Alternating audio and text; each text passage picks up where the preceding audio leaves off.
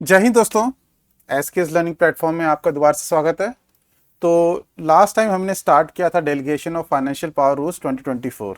तो हमने रूल 8 तक उसको कंप्लीट कर लिया था। तो आज हम स्टार्ट करेंगे रूल 9 से। तो रूल 9 क्या है उसे स्टार्ट करते हैं। तो रूल 9 है अलॉटमेंट ऑफ फंड्स। तो अलॉटमेंट ऑफ फंड्स में क्या बताया गया, क्या रूल है?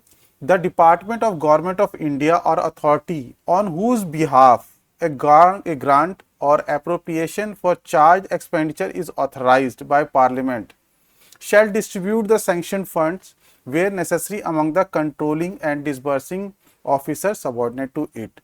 यानी ऐसा डिपार्टमेंट या वो अथॉरिटी, ठीक है, जिसके बिहाफ पे कोई ग्रांट, डिमांड फॉर ग्रांट या अप्रोप्रिएशन हुआ चार्ज एक्सपेंडिचर के लिए। तो लास्ट टाइम हमने देख लिया था कि चार्ज और वोटेड एक्सपेंडिचर में क्या डिफरेंस होता है। चार्ज जैसे जो कॉन्स्टिट्यूशनल पोस्ट पे ज़्यादातर और उनकी सैलरी जाती है तो वो चार्ज एक्सपेंडिचर होता है।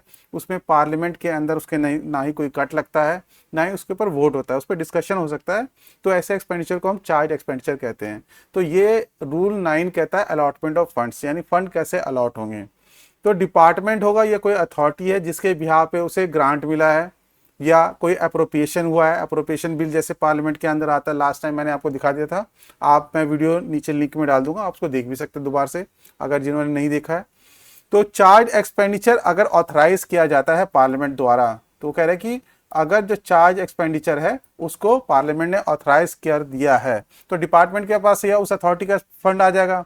वो फंड को उसे क्या करना है, आगे उस फंड को डिस्ट्रीब्यूट कर देना है। Distribute the sanction funds where necessary, जहां पे भी जरूरत है। अगर डिपार्टमेंट खुद खर्चा कर रहा है तो वो खुद खर्चा करेगा, और नहीं तो अगर उसे लग रहा है कि नीचे कंट्रोलिंग और डिस्पर्सिंग ऑफिसर को देना है ताकि वो आगे फंड्स को यूटिलाइज कर पाए, तो उसको क्या करना पड़ेगा, उसको डिस्ट्रीब्यूट करना पड़ेगा कंट्रोलिंग और डिस्पर्सिंग ऑफिसर को। तो कंट्रोलिंग ऑफिसर कौन होता है? तो कंट्रोलिंग ऑफिसर जो होता है वो आपका जनरली सेक्रेटरी होता है डिपार्टमेंट के अंदर, और डिस्पर्सिंग ऑफिसर जो होता है आपका, जो आप डीडीओ कह सकते हैं, कैश सेक्शन होता है आपका, कैश डिवीजन होता है या कैश ब्रांच होता है, वहां पे आपका डिस्बर्सिंग ऑफिसर होता है। तो उसको दे दिया जाता है फंड ताकि वो आगे उसको यूटिलाइज कर पाए। ये आपका रूल 9 कहता है। तो सिंपल सा रूल था। रूल 10 देख लेते हैं। रूल 10 कहता है appropriation and re appropriation general restrictions. तो जब आप अप्रोप्रिएशन करेंगे या री अप्रोप्रिएशन करेंगे, तो अप्रोप्रिएशन लास्ट टाइम हमने इसको बहुत डिटेल में समझा था, और फिर आप वीडियो देख लें एक बार दोबारा से अगर नहीं आपको समझ में आया हो, या आपने नया आज फर्स्ट टाइम इसको ज्वाइन कर रहे हैं, यदि ये वीडियो देख रहे हैं तो आप जरूर उस वीडियो को देख लें, मैं लिंक में इसको शेयर कर दूंगा। तो उसके अंदर अप्रोप्रिएशन और रीअप्रोप्रिएशन के बारे में जनरल रेस्ट्रिक्शन क्या फॉलो करनी है उसके बारे में बताया गया इस रूल के अंदर। तो अप्रोप्रिएशन बेसिकली क्या होता है, जनरल वर्ड से अगर हम बात करें, वो है असाइनमेंट ऑफ फंड्स, यानी फंड असाइन करना किसी डिपार्टमेंट को, उसको अप्रोप्रिएशन कहते हैं। और रीअप्रोप्रिएशन क्या होता है, जब एक ऑब्जेक्ट हेड से, जो प्राइमरी यूनिट है, उससे उठाकर हम किसी दूसरे हेड के अंदर पैसे को इस्तेमाल करना चाहते हैं, तो उसे रीअप्रोप्रिएशन करके इस्तेमाल किया जा सकता है, लेकिन उसके अंदर भी कुछ रेस्ट्रिक्शन है। तो उसके बारे में यहाँ पे बताया गया है। तो कह रहे हैं कि save with prior approval of the parliament, यानी पार्लियामेंट जब तक आपको पहले से अप्रूवल नहीं देगा तब तक fund shall not be appropriated और reappropriated to meet expenditure on new service और new instrument of service, NS और NIS, not contemplated in budget as approved by parliament.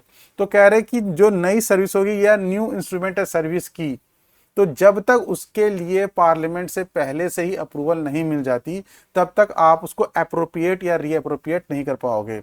Appropriate का मतलब आप उस फंड को, उस एक्सपेंडिचर को यूटिलाइज नहीं कर पाओगे, या अगर एक हेड से दूसरे हेड में भी ट्रांसफर करना है तो वो भी आप नहीं कर पाओगे। और ये जो रेस्ट्रिक्शन वो किसके लिए, ये न्यू सर्विस या न्यू इंस्ट्रूमेंट ऑफ सर्विस के लिए है। तो न्यू सर्विस क्या है और न्यू इंस्ट्रूमेंट ऑफ सर्विस क्या है, देखिए इसके लिए जीआईडी जो है एक इशू किया गया है। ये जीआईडी है जिसके अंदर एक और जीआईडी है, ये जीआईडी है जिसके अंदर बता रखा है कि न्यू सर्विस और न्यू इंस्ट्रूमेंट ऑफ सर्विस क्या होगा, ये यहाँ पे डिफाइन कर रखा है। तो इसको मैं डिटेल में नहीं जाऊंगा, आप इसको पढ़ लेंगे। न्यू सर्विस का एग्जैक्टली मीनिंग आप ये समझ सकते हैं कि न्यू सर्विस वो हो गई जो आपने नई पॉलिसी बनाई, कोई नया डिसीजन लागू कर रहे हैं, उससे रिलेटेड। तो यहाँ पे जैसे कि समझा भी रखा है, एक बार हम लाइन पढ़ लेते हैं क्या कह रहा है। It refers to expenditure arising out of a new policy decision. तो जब कोई न्यू पॉलिसी डिसीजन से एक्सपेंडिचर हो रहा है तो उसे हम न्यू सर्विस कहेंगे। और न्यू इंस्ट्रूमेंट क्या होगा, यानी पहले से कोई जो है पॉलिसी चल रही है लेकिन उसके अंदर कोई अब एक ऐसा खर्चा आ गया, ये नया एक्सपेंडिचर आ गया जो आपको इनकर करना है। तो it refers to relatively large expenditure arising out of important expansion of an existing activity.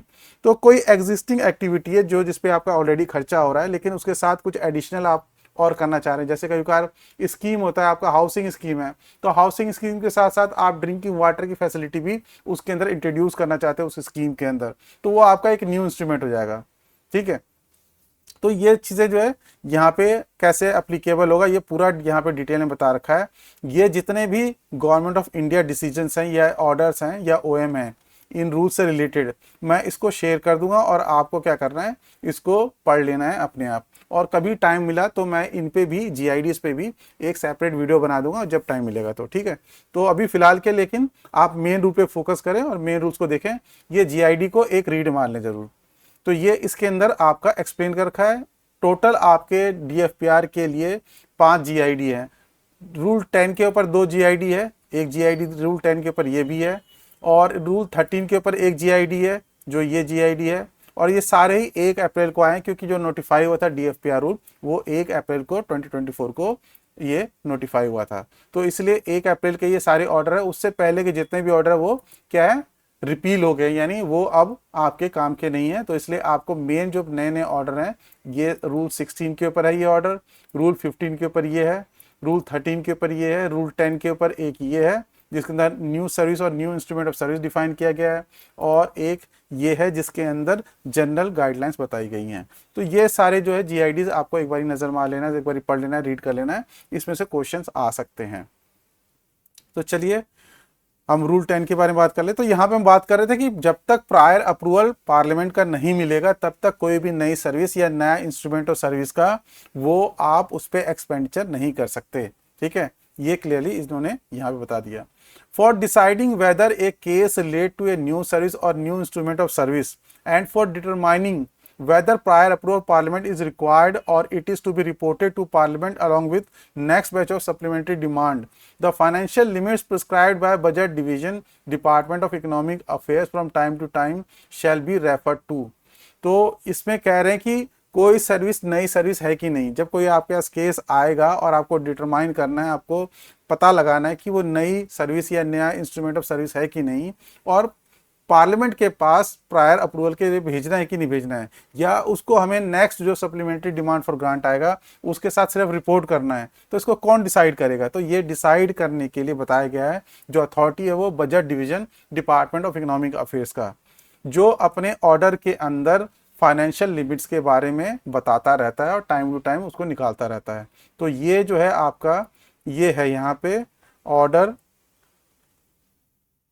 अगर ये देखेंगे तो आप यहाँ पे ऑर्डर में लिखा हुआ है रूल 10 से related which relate to general condition for delegation of this reappropriation appropriation, और इस ऑर्डर में भी और इसमें भी दिया होगा। यहाँ पे देखेंगे तो ये बजट डिवीजन का रेफरेंस दे रखा है। ये दोनों जो रूल 10 के ऑर्डर्स है आप इन दोनों को चेक कर लेंगे। इसके अंदर तो यहाँ पे जनरल कंडीशंस बता रखी हैं, डेलीगेशन रीडेलीगेशन की और अप्रोप्रिएशन रीअप्रोप्रिएशन की, और यहाँ पे जो है क्या कंडीशंस है और क्या क्या जो न्यू सर्विस और न्यू इंस्ट्रूमेंट को लेकर कंडीशंस हैं बजट डिवीजन जो बता रखा है वो इसके अंदर नीचे अनेक्शर में दिया हुआ है। तो ये सारा जो है आपको एक बारी गो थ्रू करना है। ठीक है, मैं इसको यहाँ पे डिटेल में डिस्कस नहीं करूंगा, इसको अगर कभी करना हो तो हम सेपरेट वीडियो बना के इसको डिस्कस करेंगे।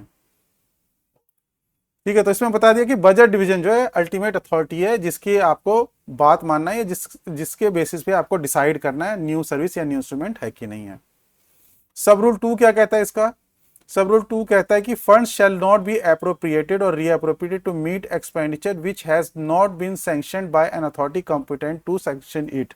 तो जब तक कॉम्पिटेंट अथॉरिटी ने सैंक्शन नहीं किया तब तक आप किसी फंड को, किसी एक्सपेंडिचर को मीट नहीं कर सकते जब तक उसका प्रॉपर सैंक्शन ना हो जाए कॉम्पिटेंट अथॉरिटी से।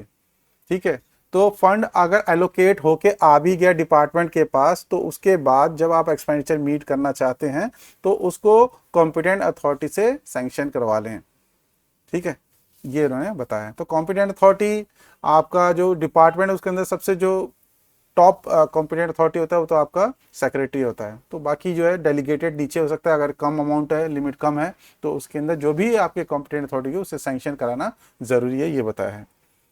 उसके बाद कह रहे हैं फंड शैल नॉट बी, जो सब रूल 3 है वो कहता है fund shall not be appropriated reappropriated to any work which has not received administrative approval and technical sanction as prescribed by government of India from time to time. तो ऐसा अगर कोई वर्क है, कोई काम कराना चाहते हैं आप, तो वर्क यहाँ पे जो रिलेटेड है, ये वर्क जो आपका फाइनेंस जनरल फाइनेंशियल रूल्स में जीएफआर में डिफाइन करके वर्क, यानी जैसे कोई बिल्डिंग का कोई मरम्मत है, ये सारे काम जो भी है वहाँ पे वर्क डिफाइन करके प्रॉपर तरीके से, तो वो वर्क अगर आप कराना चाह रहे हैं तो उसके लिए जो भी एडमिनिस्ट्रेटिव अप्रूवल चाहिए, जिस जिस डिपार्टमेंट से चाहिए या अपने डिपार्टमेंट के अंदर जिस अथॉरिटी से चाहिए, या कोई टेक्निकल सैंक्शन भी है उसके अंदर, तो वो सारे मीट करने पड़ेंगे उसको करने से पहले, अप्रोप्रिएट या रीअप्रोप्रिएट करने से पहले, यानी फंड निकालने से पहले एक्सपेंडिचर के लिए आपको उसे क्या करना पड़ेगा, उसका एडमिनिस्ट्रेटिव अप्रूवल भी लेना पड़ेगा, और जो कोई सैंक्शन वगैरह है तो उसको भी लेना पड़ेगा, और सारे सैंक्शन लेने के बाद ही वो काम हो पाएगा।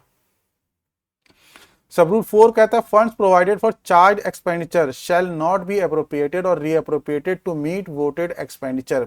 तो हमने डिफरेंस देख लिया था कि चार्ज एक्सपेंडिचर क्या होता है और वोटेड एक्सपेंडिचर क्या होता है, लास्ट सेशन में हमने देखा था। तो चार्ज एक्सपेंडिचर का अलग पर्पस है और वोटेड एक्सपेंडिचर का अलग पर्पस है। चार्ज एक्सपेंडिचर का बेसिकली ऐसे पोस्ट, ऐसे काम जिसमें कॉन्स्टिट्यूशनल ऑब्लिगेशन है या कोई स्टैट्यूटरी ऑब्लिगेशन है जहाँ पे बता रखा है कि वो काम करना ही करना है, तो उनके लिए होता है। तो क्योंकि ये दो तरह के अलग अलग जो एक्सपेंडिचर हैं, दोनों का पर्पस अलग है, तो आप चार्ज को वोटेड के लिए और वोटेड को चार्ज के लिए यूज नहीं कर सकते। तो इसलिए क्लियरली बता रखा है जो फंड चार्ज एक्सपेंडिचर के लिए प्रोवाइड किया गया है उसको आपको चार्ज एक्सपेंडिचर में ही खर्चा करना है, और जो वोटेड एक्सपेंडिचर के लिए प्रोवाइड किया गया है तो उसको वोटेड के लिए ही खर्चा करना है, यही इसमें बता रखा है। And funds provided for voted expenditure shall not be appropriated or reappropriated to meet charge expenditure। तो चार्ज वोटेड में नहीं जा सकता और वोटेड का जो फंड है वो चार्ज में नहीं आ सकता, ये भी कंडीशन है। No reappropriation shall be made from one grant or appropriation for charged expenditure to another grant or appropriation for charged expenditure। दूसरी कंडीशन ये भी कि चार्ज के जो दो हेड हैं, सब हेड हैं, तो वो भी एक हेड से दूसरे हेड में नहीं जा सकते। तो यानी अगर चार्ज के मान लो कोई माइनर हेड, 2-3 है माइनर हेड है, ठीक है, ये मेजर हेड भी है 2-3 है, तो एक मेजर हेड से दूसरे मेजर हेड में आप ट्रांसफर नहीं कर सकते, रीअप्रोप्रिएशन नहीं कर सकते, ये भी कंडीशन है। यानी कहने का पर्पस ये होगा कि अगर चार्ज एक्सपेंडिचर जिस पर्पस के लिए आ रहा है, यानी सब हेड के अंदर भी, यानी मान लो चार्ज के अंदर सैलरी के लिए आ रहा है और चार्ज के अंदर ही सपोज ट्रांसपोर्ट अलाउंस के लिए आ रहा है, तो चार्ज सैलरी वाले जो ट्रांसपोर्ट जो हेड है उसके अंदर आप शिफ्ट नहीं कर पाओगे, रीअप्रोप्रिएट नहीं कर पाओगे, ये भी कंडीशन है। यानी चार्ज के अंदर जो स्पेशल कह सकते हैं, जो उसका खाका बना हुआ है या उसका कह बॉक्सेस बने हुए हैं नीचे, तो वो बॉक्सेस भी फिक्स हैं कि सैलरी वाला जो पोर्शन है वो सैलरी में यूज होगा चार्ज के अंदर, जो टीए वाला है वो टीए के अंदर यूज होगा, बाकी और किसी का मिसलेनियस है तो मिसलेनियस में यूज होगा। तो चार्ज के अंदर बहुत ही ज़्यादा स्ट्रिक्ट है कि एक हेड से दूसरे हेड में भी रीअप्रोप्रिएट नहीं कर सकते, तो ये भी आपको ध्यान में रखना है। तो ये सारी बातें बताई गई है। जबकि जो आपका वोटेड अकाउंट है वहां पे हेड के अंदर एक हेड से दूसरे हेड में कंपैरेटिवली जो है वो ईजियर है, तो वहां पे भी ऐसा नहीं कि सबके अंदर कर सकते हैं, लेकिन ईजियर है इससे। No reappropriation can be made from capital to revenue section of the grant और वाइस वर्सा। तो कोई भी ग्रांट है, ग्रांट का मतलब यहाँ पे डिमांड फॉर ग्रांट या जो डिपार्टमेंट को फंड एलोकेट किया गया है उससे आपको मतलब समझना है। तो ग्रांट के अलग अलग जगह पे अलग अलग मीनिंग होते हैं। यहाँ पे ग्रांट का मतलब डिमांड फॉर ग्रांट या जो डिपार्टमेंट को पैसा अलॉट किया गया है उससे मतलब है। तो ये कह रहे हैं कि अगर दो तरह के रेवेन्यू होते हैं, ये भी हमने डिस्कस किया था, एक कैपिटल और एक रेवेन्यू। तो कैपिटल एसेट और रेवेन्यू एसेट दो तरह के, कैपिटल एक्सपेंडिचर और रेवेन्यू एक्सपेंडिचर दो तरह के हमने चीज़ें डिस्कस की थी। तो कैपिटल का पर्पस ये होता है कि किसी तरह का स्ट्रक्चर बनाना। सपोज अगर कोई स्किल डेवलपमेंट की बात कर रहे हैं, वहाँ पे अपनी मशीनें प्रोवाइड की महिलाओं को, तो वो क्या है, एक तरीके का कैपिटल है। और जबकि और दूसरे तरह के जो खर्चे होते हैं उसको रेवेन्यू में काउंट करते हैं। तो उन्होंने ये भी बताया कि जो कैपिटल के लिए फंड है, एक्सपेंडिचर है, वो कैपिटल के लिए यूज होगा, रेवेन्यू के लिए जो एक्सपेंडिचर वो रेवेन्यू में यूज होगा। ये दोनों को आप रीअप्रोप्रिएट नहीं कर सकते। तो ये किस रीअप्रोप्रिएशन, यानी अगर आप एक हेड से दूसरे हेड में, प्राइमरी यूनिट से ऑब्जेक्ट हेड से दूसरे ऑब्जेक्ट हेड में अगर आप शिफ्ट भी कर रहे हैं तो उसके भी कंडीशंस हैं कि कैपिटल के अंदर कैपिटल के ही आप एक हेड से दूसरे हेड में कर सकते हैं, रेवेन्यू के ही एक ऑब्जेक्ट हेड से दूसरे ऑब्जेक्ट हेड में कर सकते हैं। ऐसा नहीं कि आप कैपिटल से उठाकर रेवेन्यू के हेड में आप उसको शिफ्ट कर दें या रीअप्रोप्रिएट कर दें। ठीक है, तो इस तरह की चीजें भी जो है मना है, रिस्ट्रिक्शन है इस पे। No reappropriation can be made from an appropriation already augmented through a supplementary demand for grant pass by parliament और under the provision of this rule. तो वो कह रहे हैं कि अगर कोई ऑलरेडी आपने एप्रोप्रिएशन कर लिया, ठीक है, एन अप्रोप्रिएशन ऑलरेडी ऑगमेंटेड, आपने ऑलरेडी एक कोई एप्रोप्रिएशन का मतलब यहाँ पर कि आपने फंड एलोकेट किया और उसको और बढ़ा भी दिया सप्लीमेंट्री डिमांड फॉर ग्रांट से, यानी आप सप्लीमेंट्री लेकर और फंड लेकर आपने उसको बढ़ा दिया, ऑलरेडी ऑगमेंट कर दिया, और फिर आप उसको क्या करना चाहते हो, उसके अंदर से रीअप्रोप्रिएशन करना चाहते हो, यानी उससे फंड उठाकर किसी और में डालना चाहते हो या किसी और से उठा के उसके अंदर जो ऑगमेंटेड है उसमें डालना चाहते हो। तो ये इस तरीके का रीअप्रोप्रिएशन भी नहीं हो सकता। No reappropriation can be made from, तो एक ऐसा एप्रोप्रिएशन जिसको आपने ऑलरेडी ज्यादा कर दिया मतलब कि पहले आपने 100 करोड़ लिए थे, फिर आपने supplementary grant supplementary for demand for grant लेकर आपने 20 करोड़ और ले लिए। अब आप क्या चाहते हो, रीअप्रोप्रिएट करके किसी दूसरे हेड से अब उसके अंदर 2 और भी डालना चाहते हो। तो ये इस तरीके का जो काम है वो अलाउड नहीं है, रीअप्रोप्रिएशन इस तरीके का अलाउड नहीं है। ये इसमें बताया रूल, सब रूल 7 के अंदर। सब रूल 8 कहता है no reappropriation can be made from saving under an activity for which a contingency fund advance has already been obtained during the course of financial year. तो आपने कोई ऐसी सेविंग की, ठीक है, एक एक्टिविटी थी उसके अंदर आपने कुछ सेव किया, ठीक है, और उसके लिए क्या था, आपको कंटीजेंसी फंड एडवांस जो है ऑलरेडी दिया गया था, यानी एक एक्टिविटी के लिए आपने कंटीजेंसी फंड एडवांस लिया और उसके अंदर आपका कुछ पैसा बच गया, तो उसको आप रीअप्रोप्रिएट नहीं कर पाओगे। ठीक है, तो कहने का मतलब है कि कंटीजेंसी फंड से जो आपका एडवांस आया था किसी एक्टिविटी के लिए, उसमें पैसा बच रहा है तो आपको संभाल के रखना है और उसको आपको रीअप्रोप्रिएट नहीं करना है। ये आपका सब रूल 8 कहता है। इसी रूल के अंदर जो आपका रूल 10 है, इसके अंदर क्या है, 3 पोर्शन बने हुए हैं। तो एक तो आपका ये जनरल जहां पे रेस्ट्रिक्शन बता रखा है, उसके बाद पावर्स ऑफ एडमिनिस्ट्रेटिव मिनिस्ट्री और डिपार्टमेंट वो बता रखा है, और उसके बाद एक और हेड यहाँ पे आपका है case requiring prior approval of ministry of finance. ये 3 हेड बना रखे हैं, तो ये तीनों हेड को हमें डिस्कस करना है। तो हमने रूल सब रूल 8 जो है उस तक डिस्कस कर लिया। अब हम बात कर लेते हैं कि पावर्स ऑफ एडमिनिस्ट्रेटिव मिनिस्ट्रीज और डिपार्टमेंट के बारे में क्या रूल बताया गया है। Subject to the above provisions, तो अबव प्रोविजंस क्या है, वो जनरल रेस्ट्रिक्शन है, तो उनको तो आप फॉलो करना ही करना है। Chief accounting authorities of administrative ministries और department shall have the following powers. तो चीफ अकाउंटिंग अथॉरिटीज, जो चीफ अकाउंटिंग अथॉरिटीज मैंने जैसे भी बताया कि वो आपका सेक्रेटरी होता है डिपार्टमेंट के, ठीक है, उनके पास क्या क्या पावर होगी उसके बारे में बता रखा है। तो ऊपर जो ये जनरल रेस्ट्रिक्शन है ये तो सबके लिए अप्लीकेबल है। इसके अलावा जो आपका चीफ अकाउंटिंग अथॉरिटी बच गया उसके पास क्या क्या पावर होगी उसके बारे में यहाँ पे बताया है। To augment the provisions of head salaries allowance wages pensionary charges medical expenses and rent rates taxes for through reappropriation. तो जो चीफ अकाउंटिंग अथॉरिटी है उसके पास पावर है कि वो salaries allowance wages pensionary charges medical और रेंट रेट्स एंड टैक्सेस इन जो आपके हेड है उसको ऑगमेंट कर सकता है। ऑगमेंट का मतलब उसको बढ़ा सकता है, किसके द्वारा, थ्रू रीअप्रोप्रिएशन, यानी किसी दूसरे हेड से इन हेड के अंदर, सैलरी हेड के अंदर, अलाउंसेस हेड के अंदर, वेजेस हेड के अंदर जो सेक्रेटरी है या चीफ अकाउंटिंग अथॉरिटी है डिपार्टमेंट का, वो उसको ऑगमेंट यानी बढ़ा सकता है, उसको इंक्रीज कर सकता है, रीअप्रोप्रिएशन करके किसी दूसरे हेड से पैसा निकाल के उसके अंदर डाल सकता है। डालने का मतलब ये फिजिकली नहीं होता, यहाँ पे डालने का जो रीअप्रोप्रिएशन का मतलब है कि आपने ऑन पेपर उसको ऑथराइज कर दिया, उसको अप्रूव कर दिया, ये मतलब है यहाँ पे। To reappropriate funds from the object head salaries to object head salaries across the schemes. तो और क्या कर सकता है वो, अगर ऑब्जेक्ट हेड है सैलरीज का, वहां से उठाकर, जनरल जो ऑब्जेक्ट हेड होगा सैलरीज का, वहां से उठाकर अगर स्कीम का जो अलग अलग स्कीम है उसके अंदर सैलरीज के हेड बने होंगे, तो एक स्कीम से दूसरे स्कीम में वो क्या कर सकता है, ट्रांसफर कर सकता है, रीअप्रोप्रिएट कर सकता है। ये भी पावर जो है चीफ अकाउंटिंग अथॉरिटी को दी गई है।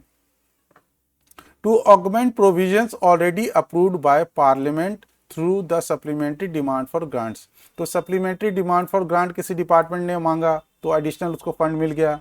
अब वो फंड मिला तो उसको अप्रोप्रिएट करके वो जो जिसके लिए वो मिला था उसके अंदर ऑगमेंट यानी बढ़ा सकता है, यानी उसको और ऐड कर सकता है। यानी अगर पार्लियामेंट ने supplementary demand for grant approve कर दिया है तो जो फंड आएगा उसको अप्रोप्रिएटली जहां पे जरूरत है उस जगह पे ऑगमेंट करने के लिए, उसमें ऐड करने के लिए वो कॉम्पिटेंट है। To reappropriate funds from lump sum provision of northeast areas to the concerned schemes. However, this delegation of power is limited to reappropriation of fund from lump sum provision to scheme for benefit of the scheme or program in the northeast area alone. तो वो कह रहा है कि अगर lump sum कुछ provision मिला हुआ है नॉर्थ ईस्ट एरिया के लिए, तो और वहाँ पे मान लो 3-4 स्कीम चल रही है, तो एक स्कीम से पैसा उठाकर नॉर्थ ईस्ट के ही दूसरे स्कीम में उसको रीअप्रोप्रिएट किया जा सकता है। यानी लिमिटेशन क्या है कि स्कीम तो ठीक है, एक स्कीम से दूसरे स्कीम में रिप्रोप्रिएट किया जाएगा, लेकिन वो नॉर्थ ईस्ट एरिया के अंदर ही इस्तेमाल किया जाएगा। तो जो रिप्रोप्रिएशन अगर कोई फंड है, लमसम कोई प्रोविजन है नॉर्थ ईस्ट एरिया के लिए और वहाँ पे 3-4 स्कीम चल रही है, तो एक स्कीम का पैसा दूसरे स्कीम में रिप्रोप्रिएट करने के लिए चीफ अकाउंटिंग अथॉरिटी जो है वो कॉम्पिटेंट है और वो ये कर सकता है। टू अप्रोप्रिएट और reappropriate to any work to cover excess of expenditure over authorise sanction financial limit up to 20%। आपने कोई वर्क स्टार्ट किया, ठीक है, कोई भी वर्क हो, चाहे बिल्डिंग मेकिंग का हो या कोई भी दूसरा कोई वर्क था, रिपेयर का था, किसी तरह का वर्क था, ठीक है, वो आपने उसका सैंक्शन करा लिया कि इसके अंदर मान लो 100 करोड़ लगना है। काम करते करते वो 120 करोड़ तक पहुंच गया, फिर आप क्या करेंगे, वो काम तो बंद नहीं होगा, तो आप क्या कर सकते हैं, उसको अप्रोप्रिएट या रीअप्रोप्रिएट करने के लिए, यानी किसी दूसरे हेड से पैसा उसमें डालने के लिए, उस हेड में डालने के लिए, अगर वो जो एक्सपेंडिचर बढ़ा है वो 20% से ज़्यादा नहीं, यानी 100 करोड़ पहले आपका सैंक्शन हुआ था, अब वो जो वर्क का लिमिट है या फाइनेंशियल एक्सपेंडिचर है उसका 120 करोड़ तक जा सकता है, उस पर काम कंप्लीट हो जाएगा। तो वो जो 20% एक्स्ट्रा रीअप्रोप्रिएट करने की जरूरत है या अप्रोप्रिएट करने की जरूरत है, तो वो करने की जो अथॉरिटी है, वो करने की कॉम्पिटेंस जो है वो चीफ अकाउंटिंग यहाँ पे अथॉरिटी के पास या आपके सेक्रेटरी के पास, ये सारी पावर जो हम डिस्कस कर रहे हैं उसकी ही पावर को डिस्कस कर रहे हैं, उसके पास ये अथॉरिटी है, ठीक है। Subject to such excess expenditure being approved by the competent authority.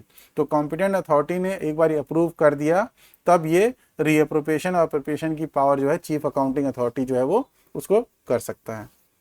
To augment a budget provision under any line item ending at an object head to such limit permitted by Ministry of Finance through its various specific or general order issued from time to time। तो अगर ministry of finance ने अगर किसी object head के अंदर approve कर दिया है अपने जनरल या स्पेसिफिक ऑर्डर से, तो वो बजट प्रोविजन को भी ऑगमेंट कर सकता है। बजट प्रोविजन को यानी ऑलरेडी अगर कोई बजट प्रोविजन है तो उसको बढ़ाने के लिए भी, देखिए बजट प्रोविजन को बढ़ाने के लिए अप्रूवल हमेशा मिनिस्ट्री ऑफ फाइनेंस की या फाइनेंस मिनिस्ट्री की चाहिए होगी।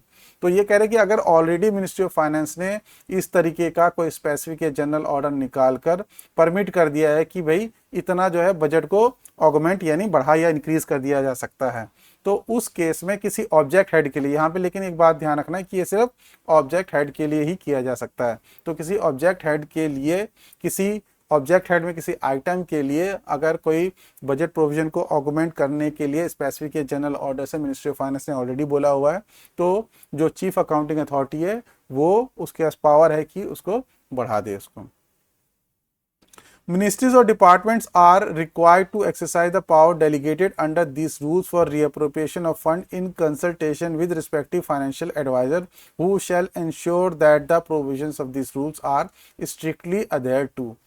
तो ये जितने भी ऊपर पावर्स हैं डेलीगेटेड हैं ऊपर रीअप्रोप्रिएशन की, ये सारे जो काम होंगे डिपार्टमेंट या मिनिस्ट्री के अंदर वो फाइनेंशियल एडवाइजर के कंसल्टेशन में होगा, ठीक है। और जिनका काम होगा फाइनेंशियल एडवाइजर का ये काम होगा, ये ड्यूटी होगी कि देखे कि जो सारे रूल्स हैं वो फॉलो हो रहे हैं। स्ट्रिक्टली उसको माना जा रहा है। ये ध्यान रखना जो है फाइनेंशियल एडवाइजर का काम होगा, और ये ड्यूटी होगी डिपार्टमेंट के अंदर कि जो डेलीगेटेड पावर्स हैं उनको इन रूल्स के तहत सही तरीके से और in consultation with financial adviser किया जाए। तो नेक्स्ट जो सब हेडिंग है वो है cases require prior approval of ministry of finance. तो ऐसे कौन से केसेस है जहां पे मिनिस्ट्री ऑफ फाइनेंस की प्रायर अप्रूवल चाहिए होगी। देखिए हमने डेफिनेशन में ये पढ़ा था कि मिनिस्ट्री ऑफ फाइनेंस का मतलब है वो डिपार्टमेंट मिनिस्ट्री ऑफ फाइनेंस का जहां पे ये मैटर रिलेट करता है, और जबकि फाइनेंस मिनिस्ट्री का मतलब है डिपार्टमेंट ऑफ एक्सपेंडिचर। तो ये डेफिनेशन जो था ये आपको भूलना नहीं है। तो जहां पे मिनिस्ट्री ऑफ फाइनेंस यूज हो रहा है इसका मतलब वो मिनिस्ट्री ऑफ फाइनेंस का कोई भी डिपार्टमेंट से रिलेटेड बात हो सकती है, और जब फाइनेंस मिनिस्ट्री यूज हो रहा है तो स्पेसिफिकली मतलब ये है कि वो डिपार्टमेंट ऑफ एक्सपेंडिचर की बात वहां पे हो रही है। Not with standing anything contained in this rule. तो ये जो वर्ड होता है नॉट विथ स्टैंडिंग, तो इसका जो है बहुत ही इंपॉर्टेंट रोल होता है, और ये बहुत ही हैवी, यानी जितना ये लंबा है उतना ही इसका वजन भी उतना ज्यादा है। कहने का मतलब क्या है, नॉट स्टैंडिंग का मतलब कि ऊपर नीचे आप कोई भी बात पढ़ी हो आपने इस रूल के अंदर, इसी रूल के अंदर आपने ऊपर जो जनरल रेस्ट्रिक्शन थे जो पढ़ा था उसमें कुछ भी लिखा हो, लेकिन आपको ये बातें तो जरूर ध्यान में रखनी है। यानी ये जो है इसको आप सर्वोपरि मानेंगे ऊपर वाली बातों से, और पहले इस पे ध्यान देंगे उसके बाद उनको आप देखेंगे। तो यानी ये स्ट्रिक्ट रूल्स हैं, उससे ज्यादा स्ट्रिक्ट वो जनरल रूल थे, ये स्ट्रिक्टर रूल हैं, यानी ज्यादा स्ट्रिक्ट हैं। तो notwithstanding anything contained in this rule, इस रूल के अंदर आगे पीछे जो भी बताया गया था, except with the previous consent of the budget division with concurrence of the secretary expenditure. तो ये कह रहे हैं कि ऊपर चाहे कुछ भी जनरल रूल दे रखा था कि ऐसे आ कर सकता है, ऐसी पावर है, लेकिन इन बातों को जरूर ध्यान रखना है। यानी जब वो रूल यहाँ पे अगर चीफ अकाउंटिंग अथॉरिटी किसी प्रोविजन को ऑगमेंट कर रहा है तो ये भी बात उसको ध्यान में रखनी पड़ेगी जो यहाँ पे बताई जा रही है। Except with the previous consent of budget division with concurrence of secretary expenditure. तो बजट डिवीजन जो है वो आपका डिपार्टमेंट ऑफ इकोनॉमिक अफेयर्स में है, और सेक्रेटरी एक्सपेंडिचर ये आपका एक्सपेंडिचर डिपार्टमेंट में है। तो प्रीवियस कंसेंट तो आपको बजट डिवीजन की चाहिए, और कंकरेंस आपको किसकी चाहिए, सेक्रेटरी एक्सपेंडिचर की। तो ये ध्यान में रखना, बजट डिवीजन ये डिपार्टमेंट ऑफ इकोनॉमिक अफेयर्स का है, और सेक्रेटरी एक्सपेंडिचर आपके डिपार्टमेंट ऑफ एक्सपेंडिचर से की बात कर रहे हैं यहाँ पे। तो यानी इन कामों को करने के लिए ये नीचे जो बात बता रखी गई है उनके लिए आपको बजट डिवीजन को तो उससे कंसेंट लेनी है, और साथ में कंकरेंस सेक्रेटरी एक्सपेंडिचर का भी लेना है, यानी इनसे भी आपको पूरी तरह से इसको अप्रूवल लेना है। तो no reappropriation of fund shall be carried out to meet expenditure in revenue section from savings under grant in aid to state और यूनियन टेरिटरीज। तो जब आप स्टेट को कोई ग्रांट इन एड दे रहे हैं या यूनियन टेरिटरी को ग्रांट इन दे रहे हैं, उसमें से कुछ सेविंग बच गया, ठीक है, तो उन सेविंग को यूज करके आप रेवेन्यू सेक्शन के अंदर एक्सपेंडिचर नहीं करेंगे। यानी कहने का मतलब यह है कि ग्रांट इन एड से पैसा बच रहा है तो उसको आप खर्च नहीं कर पाएंगे कहीं और दूसरी जगह पे रेवेन्यू एक्सपेंडिचर के लिए। ठीक है, दो तरह के एक्सपेंडिचर ऑलरेडी हम डिस्कस कर चुके हैं, रेवेन्यू एक्सपेंडिचर और आपका कैपिटल एक्सपेंडिचर। तो यहाँ पे रेवेन्यू एक्सपेंडिचर के लिए वो कह रहा है कि ग्रांट इन एड को आप इस्तेमाल नहीं कर सकते अगर उसमें से पैसा बच रहा है। No reappropriation of fund shall be made between capital outlay और लोन्स और vice versa in capital sanction. तो दूसरा जो कैपिटल आउटले है, कैपिटल यानी जहां पे कुछ एसेट फॉर्मेशन हो रही है, और दूसरा लोन्स है जहां पे आप पैसा लेके कुछ कर रहे हैं, तो इनके बीच में भी रीअप्रोप्रिएशन नहीं हो पाएगा। तो कैपिटल आउटले है कहीं पे या दूसरा लोन है, ये दोनों हेड के अंदर जो ऑब्जेक्ट हेड है उसके अंदर आपस में रीअप्रोप्रिएशन नहीं कर सकते, ये भी ध्यान रखना है। No reappropriation of fund shall be made from salaries और allowances head to any other primary head of appropriation. तो जो आपका सैलरी और अलाउंसेज हेड है उससे आप किसी दूसरे हेड के अंदर रीअप्रोप्रिएशन नहीं कर सकते। यानी इसमें पैसा बचेगा तो बचा रहने दो, लेकिन इससे आप किसी दूसरे प्राइमरी यूनिट या ऑब्जेक्ट हेड में ट्रांसफर नहीं कर सकते, ये भी मनाही है।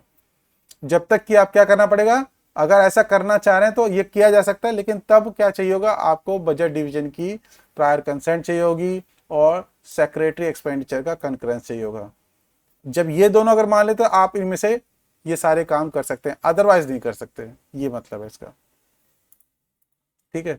No reappropriation shall be made from provision made for externally aided projects. Externally aided projects जो हैं उससे आप नॉन एक्सटर्नली एडेड प्रोजेक्ट के अंदर पैसा जो है रिअप्रोप्रिएट नहीं कर सकते। एक्सटर्नली एडेड प्रोजेक्ट्स क्या होते हैं, जो ऐसे प्रोजेक्ट जो गवर्नमेंट में बन कर रही है या स्टेट गवर्नमेंट कर रही है, हमारे इंडिया में हो रहा है, और बाहर से लोन लेकर या कोई फंड लेकर हम उसके अंदर उसको जो है यूज कर रहे हैं। तो जैसे कि कई मेट्रो प्रोजेक्ट्स के अंदर क्या होता है, बाहर जितने बड़े बड़े बैंक्स हैं या जैसे कंट्रीज भी हैं वो भी फंड करती है उन मेट्रो प्रोजेक्ट्स को, तो वो एक तरह का एक्सटर्नली एडेड प्रोजेक्ट है। तो ऐसे जितने भी प्रोजेक्ट जिनके लिए बाहर से हम कुछ फंड ले रहे हैं या लोन ले रहे हैं, उसमें अगर कोई फंड बचा है या कोई प्रोविजन है तो उसको पैसा उठाकर हम नॉन एक्सटर्नली एडेड प्रोजेक्ट के अंदर नहीं लगा सकते, क्योंकि सीधी सी बात है कि स्पेसिफिक रीजन के लिए हम फंड ले रहे हैं और उस स्पेसिफिक रीजन को हम डाइल्यूट नहीं कर सकते, दूसरे के अंदर उसको शिफ्ट नहीं कर सकते। No reappropriation shall be made from and to the provision for secret service expenditure। तो सीक्रेट सर्विस के लिए जो एक्सपेंडिचर के लिए फंड रखा गया है तो उसको आप क्या है दूसरे काम के लिए इस्तेमाल नहीं कर सकते, जब तक कि आप यहाँ पे जैसा कि बता रखा है बजट डिवीजन से प्रायर कंसेंट ना ले लो और कंकरेंस ना ले लो सेक्रेटरी एक्सपेंडिचर की। In case of augmentation by 25% or more of the original provision, prior approval C&AG would be required। और अगर ऐसे सीक्रेट सर्विस एक्सपेंडिचर के अंदर 25% से आगे का खर्चा और बढ़ जाता है, ऑगमेंट हो जाता है, बढ़ जाता है, तो वहां पे ये काम जो है वो C&AG के अप्रूवल से ही हो पाएगा। No reappropriation shall be made from primary unit building and structures infrastructure asset other fixed to any other unit। तो और ये जो प्राइमरी यूनिट ये है यानी ऑब्जेक्ट हेड, ये जो है आपके बिल्डिंग एंड स्ट्रक्चर हो या इंफ्रास्ट्रक्चर एसेट हो या अदर फिक्स एसेट हो, तो यहाँ से भी पैसा अगर बच जाता है तो आप दूसरे किसी यूनिट के अंदर किसी हेड के अंदर ट्रांसफर नहीं कर पाएंगे ऑब्जेक्ट हेड में। No appropriation reappropriation shall be made to any work to cover excess of expenditure or authorize financial beyond 20%। तो 20% तक का, तो जैसे कि हमने ऊपर भी बात की थी कि 20% तक का तो खर्चा जो है वो ऑथराइज्ड है उसके अंदर एप्रोप्रिएशन और एप्रोप्रिएशन करने के लिए, लेकिन उससे ज़्यादा का अगर किसी काम के अंदर खर्चा बढ़ रहा है तो उसके लिए तो आपको अप्रूवल लेनी पड़ेगी, यानी आपको प्रायर कंसेंट यहाँ पे जैसे कि बता रखा है ये बजट डिवीजन और सेक्रेटरी एक्सपेंडिचर के पास जाना ही पड़ेगा।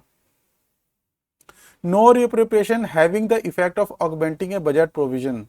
तो ऐसा रिअप्रोप्रिएशन जिससे आपका बजट प्रोविजन जो है उसके अंदर इंक्रीज हो जाए। Under any line item ending an object head shall be made beyond the limits prescribed by the ministry of finance through various specific general order issued by time to time. तो अगर ministry of finance जैसे कि time to time अलग अलग limits के लिए बताती है कि ये लिमिट जो है इसका बजट प्रोविजन है, तो ऐसा रिअप्रोप्रिएशन जिससे वो बजट प्रोविजन बढ़ जाए जो कि जिसकी limit already ministry of finance ने कम बता रखी है या अपने ऑर्डर में बता रखी है, तो भी ऐसा जो करने के लिए आपको अप्रूवल चाहिए होगा बजट डिवीजन और सेक्रेटरी एक्सपेंडिचर की। No reappropriation of funds to a head from which funds were previously redirected or reappropriated to another head। अब आप क्या कर रहे हैं, एक हेड से पैसा उठा के दूसरे हेड में डाल रहे हैं, ठीक है। अब आप चाहते हैं कि किसी दूसरे हेड से पैसा उठा के, मान लो ए से आपने बी में ट्रांसफर किया, रिअप्रोप्रिएशन किया, अब आप चाहते हो सी से आप ए में दोबारा डालो, तो इस तरीके का अप्रोप्रिएशन भी रिअप्रोप्रिएशन भी मना है और इसके लिए भी आपको अप्रूवल चाहिए होगी। तो कह रहे हैं कि अगर reappropriation to a head from which funds were previously redirected और टू अनदर हेड, पहले ही आपने रीडायरेक्ट कर दिया उस हेड का पैसा किसी और में, फिर आप उसके अंदर आप दोबारा से रीअप्रोप्रिएट करके फंड डालना चाहते हो, तो ये जो है वो अलाउड नहीं है, इसके लिए आपको अप्रूवल चाहिए होगी इन दो अथॉरिटी की जिनकी हम यहाँ पे चर्चा कर रहे हैं, ठीक है। चलिए अब रूल 11 की बात कर लेते हैं। रूल 11 कहता है subject to the provisions of these rules and provisions of general financial rule governing the procurement of goods and services. तो ये क्या है, इंडेंट कॉन्ट्रैक्ट्स एंड परचेजेस। तो इंडेंट भी एक तरीके का आपका परचेस कॉन्ट्रैक्ट होता है या एग्रीमेंट कह लो, तो उसकी बात कर रहे हैं यहाँ पे। Subject to the provisions of these rules, तो यहाँ पे जो DFPR 2024 है उसके अंदर जो बातें बताई गई है उन सब चीज़ों को ध्यान में रखते हुए, जनरल फाइनेंशियल रूल्स के प्रोविजंस को ध्यान में रखते हुए जो कि आपके प्रोक्योरमेंट ऑफ गुड्स और सर्विस से रिलेटेड है, a department of government of India shall have full powers to sanction expenditure for purchases and execution of contract. तो डिपार्टमेंट जो भी है, यहाँ पे डिपार्टमेंट की डेफिनेशन में हमने देखा था कि डिपार्टमेंट का मतलब सिर्फ डिपार्टमेंट नहीं है, यानी मिनिस्ट्री हो गया, कोई ऑर्गेनाइजेशन हो गया, सेक्रेटेरिएट हो गया, वाइस प्रेसिडेंट सेक्रेटेरिएट भी हो गया। तो ऐसे सारे डिपार्टमेंट को है फुल पावर है कि वो परचेज के लिए जो भी एक्सपेंडिचर होना है उसको सैंक्शन कर सके, या कोई कॉन्ट्रैक्ट अगर साइन होना है, कॉन्ट्रैक्ट को एग्जीक्यूट करना है तो वो भी कर सके। ये दोनों की फुल पावर है। ठीक है, फुल पावर का मतलब ये होता है कि ये दोनों काम ये कर सकते हैं, उनके पास पूरी पावर है। और फाइनेंशियल लिमिट्स क्या है, वो जनरली जो है वो फाइनेंस मिनिस्ट्री की जो अलग अलग ओएम आते हैं या अलग अलग ऑर्डर्स आते हैं या गवर्नमेंट ऑफ इंडिया डिसीजन होते हैं उसके अंदर मेंशन होता ही है। The power under this rule shall be exercised by the secretary of the department concerned up to ₹100 crore for open और limited tender contract। तो open और limited tender contract के लिए 100 करोड़ तक सेक्रेटरी इस काम के लिए जो है ऑथराइज्ड है या उनके पास पावर है। और अगर नेगोशिएटेड या सिंगल टेंडर हो, प्रोप्राइटरी कॉन्ट्रैक्ट हो या एग्रीमेंट हो, तो उसके लिए 25 करोड़ तक के लिए भी सेक्रेटरी जो है ऑथराइज है। तो इन्हीं दो रूल को मैंने यहाँ पे टेबल के फॉर्म में लिख दिया ताकि आराम से समझ आए। यानी सेक्रेटरी के पास क्या पावर है, पावर है कि अगर 100 करोड़ तक के लिए अगर ओपन या लिमिटेड टेंडर कॉन्ट्रैक्ट करना है तो वो कर सकते हैं, और अगर निगोशिएटेड या सिंगल टेंडर करना है तो उस केस में 25 करोड़ तक के लिए उनके पास पावर है कि वो कर सकते हैं। ये डिफाइन है। देखिए, आपका जो एग्जाम होता है उसके अंदर क्वेश्चन जो आता है वो रूल के ऊपर ही आता है, यानी रूल का इंटरप्रिटेशन नहीं आता है। आपको वहां पे ऐसा नहीं है कि इससे बाहर क्या रूल है वो भी पूछ लिया जाएगा या आपको इंटरप्रिटेशन पूछा जाएगा। आपको एग्जैक्ट पता होना चाहिए कि एग्जैक्ट रूल क्या कहता है कि 25 करोड़ तक इनके लिए ऐसा ऐसा होता है, ऐसे ऐसे कॉन्ट्रैक्ट के लिए 100 करोड़ तक के लिए होता है। बस इतना ही आपको वहां पे ध्यान में रखना है। ठीक है, ये सारी बातें जो है जो रूल में बोला गया सिर्फ उतना ही क्वेश्चन में पूछा जाता है। कॉन्ट्रैक्ट और purchases the amount of which exceed the value stated. तो कॉन्ट्रैक्ट या परचेज है जिसका अमाउंट जो है इस रूल के अंदर ऊपर 2-3 के अंदर बता रखा है। ये जो दो आपके हैं, ओपन और लिमिटेड टेंडर हो गया या सिंगल टेंडर हो गया, नेगोशिएटेड हो गया, तो इस तरह के जितने कॉन्ट्रैक्ट उसके बारे में बात कर रहे हैं। In categories stated shall require the approval of the minister in charge of the department. ठीक है, तो यहां तक के लिए 100 करोड़ और 25 करोड़ के लिए इन दो कॉन्ट्रैक्ट्स के लिए तो सेक्रेटरी कॉम्पिटेंट है। अगर इस तरह के कॉन्ट्रैक्ट्स के लिए 100 करोड़ से ऊपर जाता है या इस तरह के कॉन्ट्रैक्ट्स के लिए 25 करोड़ से ऊपर जाता है तो उस केस में क्या करेंगे आप, तो उस केस में आप minister in charge of the department जो होगा उनकी अप्रूवल लेंगे, तो उनके अप्रूवल से काम होगा। फिर Subject to the provisions of this rule, secretaries of Department of Government of India may, by general special order, confer power not exceeding those vested in them as specified in Rule 2 upon an administrator। तो ऊपर जो power है secretary को दे रखी थी, तो secretary अगर चाहें, ये जो 2 और 3 में था, ये जो पावर सेक्रेटरी के ऊपर थी, अगर वो चाहें तो एडमिनिस्ट्रेटर को या हेड ऑफ डिपार्टमेंट को या कोई दूसरी ऐसी अथॉरिटी जो उनके सबऑर्डिनेट हो उसके ऊपर भी ये जो पावर है वो डेलीगेट की जा सकती है अगर वो चाहें तो, लेकिन वो फाइनेंशियल एडवाइजर से एक बार ही सलाह कर लेंगे, in consultation with financial adviser. Confer power not exceeding those vested in them as upon. तो ये पावर जो है किस पे कन्फर कर सकते हैं, किसके ऊपर डाल सकते हैं या किसको डेलीगेट कर सकते हैं, तो वो आपके एडमिनिस्ट्रेटर हो सकते हैं, एचओडी हो सकते हैं या कोई दूसरी सबऑर्डिनेट अथॉरिटी हो सकती है। और कंसल्ट लेकिन पहले करना पड़ेगा फाइनेंशियल एडवाइजर से कि हम ये पावर डेलीगेट करना चाहते हैं, तो ये डेलीगेट किया जा सकता है सेक्रेटरी की पावर को। Not standing anything content in sub rule 1, 2, 3, 4। तो 1, 2, 3, 4 ऊपर जो भी अपने बातें पढ़ी कि भाई 100 करोड़ तक सेक्रेटरी और उससे ज्यादा के लिए मिनिस्टर, तो 1, 2, 3, 4 भी यही पढ़ा हमने। तो वो क्या कह रहे हैं उसके अंदर, in cases where the power to award contract और परचेज और कंसल्टेंसी इन प्रोजेक्ट और scheme has been considered and allowed by PIB or EFC or cabinet as the case may be, such cases will be proceed as per the financial limit laid down for the sanction of such scheme or project or authority। देखिए, ऊपर कुछ भी बातें बताई गई थी, वो कह रहे हैं कि इसके बावजूद अगर कोई प्रोजेक्ट या कोई स्कीम उसको PIB ने अप्रूव किया या EFC ने अप्रूव किया या कैबिनेट ने अप्रूव किया, ये आपकी अप्रूवल बॉडीज होती हैं, ये क्या करते हैं, आपके स्कीम या प्रोजेक्ट का जो भी कंडीशंस होते हैं, उसमें जितना खर्चा होता है वो सारा आप बना के उनको भेजते हैं, फिर वो अप्रूव करते हैं और लिमिट के हिसाब से जाता है। पीआईबी में एक लिमिट है, उसके तक पीआईबी में जाएगा, फिर उससे ज़्यादा हो तो एक्सपेंडिचर ये जो ईएफसी है उसमें जाएगा, और उससे भी ज़्यादा हो तो कैबिनेट में जाएगा, या जो उनकी इंपॉर्टेंस है जैसे कहीं एटॉमिक एनर्जी है उससे रिलेटेड है तो वो उसके हिसाब से क्या वो मैटर है और कितनी लिमिट है उसके हिसाब से ये अलग अलग बोर्ड में या इन बॉडीज़ में जाते हैं। तो कह रहे कि अगर इन कोई भी इस तरीके का इस प्रोजेक्ट या स्कीम है जिसको पीआईबी या ईएफसी या कैबिनेट ने क्या किया, अप्रूव किया, तो अप्रूव करने के बाद तो उनकी जो फाइनेंशियल लिमिट होगी उस सैंक्शन के अकॉर्डिंग गवर्न होगी। यानी अगर पीआईबी ने बोला इससे कोई मतलब नहीं रह जाएगा, यानी 1 2 3 4 में कुछ भी बोला गया हो, अगर जो स्कीम या प्रोजेक्ट है उसकी लिमिट को पीआईबी ईएफसी या कैबिनेट ने अप्रूव कर दिया तो जो भी सैंक्शन वहां पे हो रहा है उसकी फाइनेंशियल लिमिट वही रहेगी। तो such cases will be proceeded या processed as per the financial limit laid down for sanction of such scheme by that authority। तो उस अथॉरिटी ने जिसने भी उसको सैंक्शन किया, इन तीनों में से कोई भी हो, तो उसकी फाइनेंशियल लिमिट के हिसाब से ये खर्च होगा। ये बताया आपका 11 के अंदर। ठीक है, तो ये आपका रूल 11 था। रूल 12 देख लेते हैं। रूल 12 क्या कहता है, पावर्स ऑफ सबऑर्डिनेट अथॉरिटीज। तो सबऑर्डिनेट अथॉरिटीज की क्या पावर होगी उसके बारे में यहाँ पे रूल 12 के अंदर यहाँ पे डिस्कस किया गया है। तो चलिए देख लेते हैं। इसके अंदर कह रहा है कि subject to the provisions of these rules the department of Government of India shall in case of appropriation or reappropriation have full powers for incurring revenue or capital expenditure। तो जितने भी डिपार्टमेंट से गवर्नमेंट ऑफ इंडिया के reappropriation या appropriation करने के लिए उनके पास पूरी पावर है। यानी एक बारी फंड पार्लियामेंट से अप्रूव होकर उनके पास आ गया, डिमांड फॉर ग्रांट में उनको मिल गया, तो वो उनके पास पूरी पावर है उसको खर्च करने के लिए, चाहे रेवेन्यू में करना है या एक्सपेंडिचर में करना है। अप्रोप्रिएशन रीअप्रोप्रिएशन की पूरी पावर है। ठीक है, तो डिपार्टमेंट का मतलब यहाँ पे सेक्रेटरी समझ सकते हैं कि सेक्रेटरी के पास पूरी पावर है उस फंड को अप्रोप्रिएट और रीअप्रोप्रिएट करने के लिए जो पार्लियामेंट से एलोकेट हो गया है।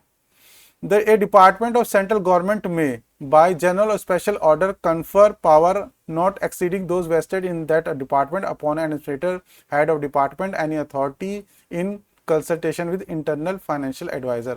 तो जो डिपार्टमेंट है वो क्या कर सकता है, ये फुल पावर उनके पास है अप्रोप्रिएशन रीअप्रोप्रिएशन की, तो वो अपनी फुल पावर को डेलीगेट फर्दर कर सकता है, एडमिनिस्ट्रेटर को कर सकता है, एचओडी को कर सकता है, या कोई दूसरी सबऑर्डिनेट अथॉरिटी को कर सकता है। लेकिन वही एक जो कंडीशन है वो कि इंटरनल फाइनेंशियल एडवाइजर से कंसल्ट कर लेगा उसको डेलीगेट करने से पहले या किसी और को कन्फर करने से पहले, उस पर पावर देने से पहले। Provided that no power under this sub rule shall be redelegated by the department in respect of. लेकिन जो डिपार्टमेंट है ये सारी पावर जो है रीडेलीगेट नहीं कर सकता, रूल 10, 15 और 16 के अंदर जो बताया गया है। यानी रीअप्रोप्रिएशन ऑफ फंड की पावर जो है वो रीडेलीगेट नहीं कर सकता। रूल 15 के अंदर वेवर ऑफ रिकवरी की जो पावर है वो रीडेलीगेट नहीं कर सकता, और रूल 16 के अंदर appraisal and approval of schemes और प्रोजेक्ट जो है ये पावर जो है फर्दर रीडेलीगेट नहीं की जा सकती। तो इसके ऊपर आपका क्वेश्चन भी बन सकता है, और कई बार ये क्वेश्चन पूछा भी जाता है कि कौन कौन सी पावर जो है रीडेलीगेट नहीं हो सकती है। तो ये रूल 10, 15 और 16 वाला आपको ध्यान में रखना है। तो डिपार्टमेंट क्या है, अपनी पावर्स को रीडेलीगेट कर सकता है एक्सेप्ट दिस पावर्स, ये जो पावर्स हैं इनको छोड़कर।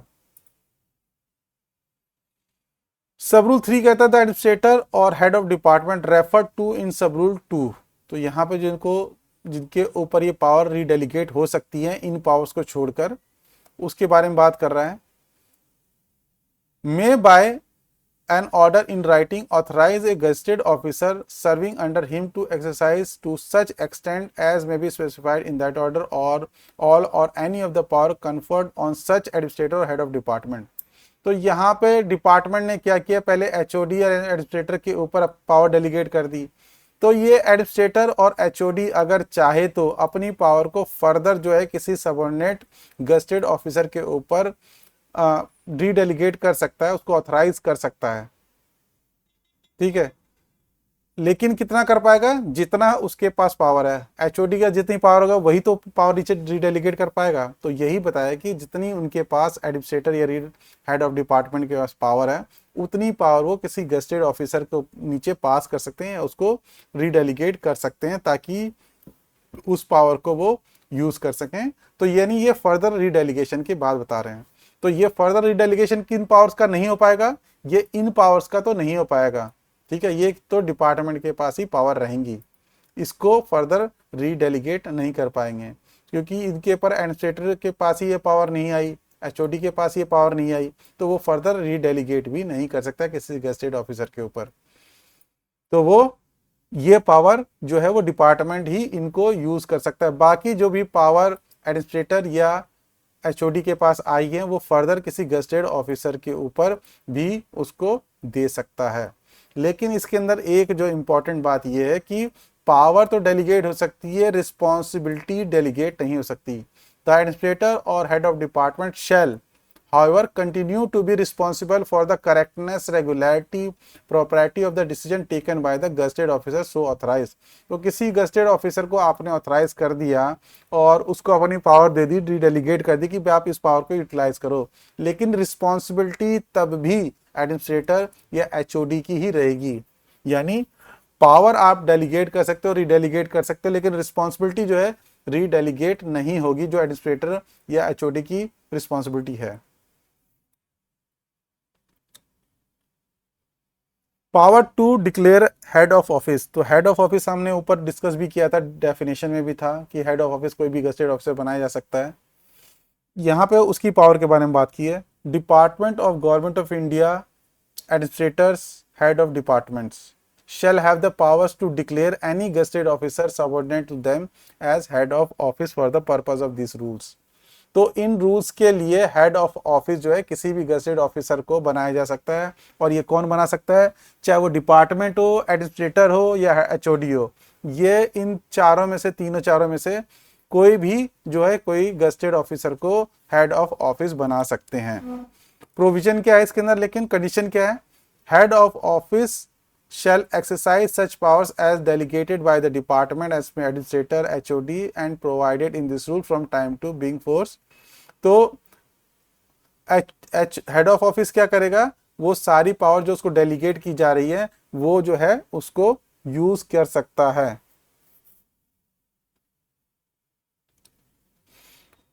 Not more than one gazetted officer shall be declared eight head of office. लेकिन एक एस्टेब्लिशमेंट के अंदर, एक ऑफिस के अंदर एक ही हेड ऑफ ऑफिस होगा, एक से ज्यादा जो गस्टेड ऑफिसर है उनको हेड ऑफ ऑफिस नहीं बनाया जा सकता। जबकि अगर मान लो दो हेड ऑफ ऑफिस बनाए जा रहे हैं तो जिस एस्टेब्लिशमेंट के वो हेड ऑफ ऑफिस बनाए जा रहे हैं वो दोनों डिस्टिंक्ट और अलग होने चाहिए, तभी दो हेड ऑफ ऑफिस बन सकते हैं। ये कहने का मतलब है कि एक गस्टेड ऑफिसर ही एक डिस्टिंक्ट एस्टेब्लिशमेंट के अंदर होगा, और अगर दो बनाए जा रहे हैं तो दो एस्टेब्लिशमेंट डिस्टिंक्ट होने जरूरी है। तो अनलेस सच ऑफिस और establishment is distinctly separate from one another, तो एक से ज्यादा हेड ऑफ ऑफिस बनाने के लिए वो दोनों एस्टेब्लिशमेंट जो है डिस्टिंक्ट होने चाहिए। एक ही आपके एस्टेब्लिशमेंट में दो हेड ऑफ ऑफिस नहीं होंगे।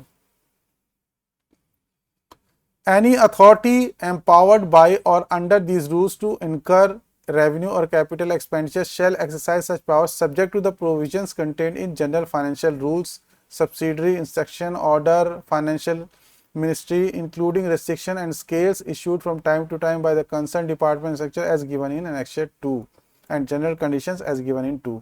तो देखिए यहाँ पे जो भी अथॉरिटी, यहाँ पे जिनको रेवेन्यू या कैपिटल एक्सपेंडिचर खर्चा करने के लिए अथॉरिटी दी गई है, उनको ये सारे काम जो करने हैं वो जीएफआर के कंडीशन को भी ध्यान में रखना है, जो सब्सिडरी इंस्ट्रक्शन है उनको भी ध्यान में रखना है, कोई और ऑर्डर फाइनेंस मिनिस्ट्री यानी डिपार्टमेंट ऑफ एक्सपेंडिचर निकाला है तो उसको भी ध्यान में देना है, और उसके अलावा जो एनेक्चर 2 के अंदर आपके जनरल कंडीशन बताए गए हैं उनको भी ध्यान में रखना है।